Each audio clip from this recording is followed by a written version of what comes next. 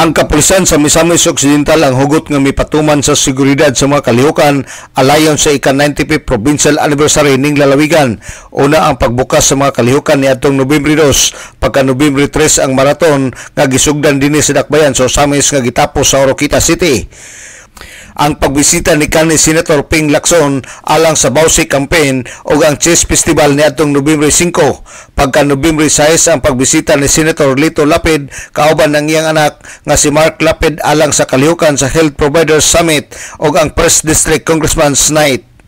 Kagahapon Nobyembre City 2024 ang kasalan sa Kapitolyo nga gipahigayon sa Asinso Global Gardens sa Barangay Huyuhoy o karong adlaw ipahigayon ang Second District Congressman's Night nga dinhi ipahigayon sa Osamis City Hall Ground o karong Pitsa 9 sa Nobyembre 2024 ang Third Pirangat Festival nga adto kini ipahigayon sa Misamis Occidental Provincial Athletic Complex.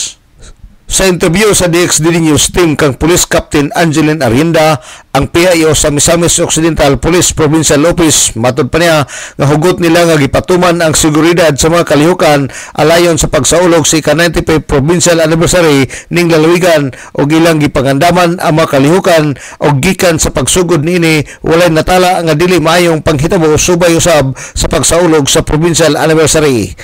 We are so glad to announce that as we celebrate the anniversary of province, our police provincial office has really prepared when it comes to security. No, kung makita nato, I will not mention the numbers, but we are well prepared and they are strategically deployed from strategic areas.